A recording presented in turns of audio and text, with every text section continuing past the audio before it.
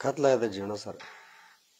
ಯಾಕಂದ್ರೆ ಭಾಳ ಆಸೆ ಇಟ್ಕೊಂಡಿದ್ದ ನಾವು ಹಂಗೆ ಮಾಡ್ತಾನೆ ಹಿಂಗೆ ಮಾಡ್ತಾನೆ ಅಂತ. ನಮ್ಮ ಮುಂದೆ ಹೇಳ್ಕೊತಿದ್ದಿಲ್ಲ, ಒಟ್ಟು ನಿಮ್ಮನ್ನ ಚೆಂದಾಗಿ ಇಟ್ಕೊತಿದ್ದೆ ಅಂತ ಹೇಳ್ತಿದ್ದ. ಆದ್ರೆ ದೋಸ್ತರು ಅವ್ನು ಸತ್ತ ಮೇಲೆ ಅವ್ನ ದೋಸ್ತರ ಮುಂದೆಲ್ಲ ಹೇಳ್ತಿದ್ದ, ಇಲ್ಲ ರೀ ನೀವು ಬ್ಯಾಕ್ ಬೋನ್ ಭಾಳ ಆಗಿದ್ರಿ ಅಂಕಲ್ಲ.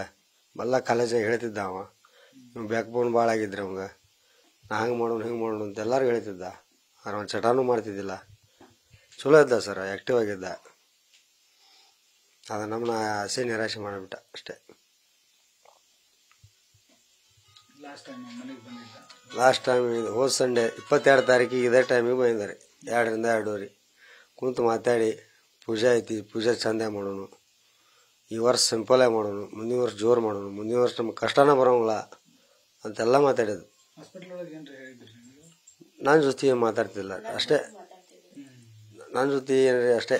ನನ್ನ ಅಂದ್ರೆ ನಂಗೆ ಹೆಂಗಿದ್ದ ಅಂದರೆ ಮಗನ ಥರ ಇದ್ದಿದ್ದಿಲ್ಲ ಅವ್ನು. ನನ್ನ ಹೆಸರು ಉಂಡ ಕರಿತಿದ್ದ ಅವನು, ಪ್ರಕಾಶ್ ಅಣ್ಣ ಬಾಯಲ್ಲಿ ಅಂತಿದ್ದ. ಅಂದ್ರೆ ಹಂಗೆ ಬೆಳೆಸೇ ಬಿಟ್ಟಿದ್ದೆ ನಾವು ಒಟ್ಟು ಅವನು ಮಗ ಇವ ಅಂತಿಲ್ಲ. ಎಷ್ಟು ಬೈತಿದ್ದೆ ಎಲ್ಲ ಮಾಡ್ತಿದ್ದೆ, ಆದ್ರೂ ಮತ್ತು ನನ್ನ ಕೂಡ ಹಂಗೆ ಫ್ರೆಂಡ್ಲಿಯಾಗಿ ಇರ್ತಿದ್ದ. ಹೌದು, ಸಣ್ಣ ಇರ್ತಂದ್ರೆ ಅಷ್ಟು ಜೀವ ರೀ ಪಪ್ಪ. ನಕ್ಕೊಂತ ಹೋದ ಸರ್ ಅವ.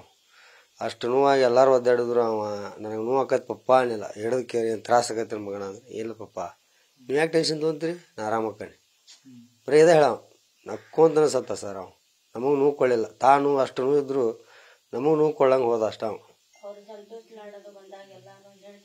ಯಾರೋ ಬರಲಿ ಸರ್, ಅಲ್ಲಿ ಅವ್ನ ಮುಂದೆ ಹಾಸಿದ್ರು ಅಟ್ರೂ ಕರೆಯವ, ಡಾಕ್ಟ್ರಿಗೂ ಕರೆಯವ, ನೀವು ಏನು ಕಲ್ತೀರಿ, ಎಲ್ಲಿದ್ದೀರಿ, ಎಲ್ಲಿ ಮನೆ ಐತಿ ಎಲ್ಲ ಮಾತಾಡೋ ಸರ್.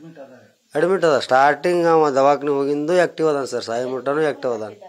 ಎದ್ದು ಒಬ್ಬನ ಕುಂದಿರ್ತಿದ್ದ, ಒಬ್ಬನ ಮಾತಾಡ್ತಿದ್ದ, ನೀರು ಕೊಡ್ರಿ ನನಗೆ, ಎಳ್ನೀರು ಕೊಡ್ರಿ, ಯಾಕಣ್ಣ ಹಿಂಗೆ ಮಾಡ್ತೀರಿ, 2 ದಿವಸ ಆಯ್ತು ಕೊಡ್ತೀನಿ ತಡಿಪ್ಪ, ನೋವು ಆಕತ್ರಿ, ನೀವು ಏನು ಒಟ್ಟ ಹೇಳವಲ್ರಿ.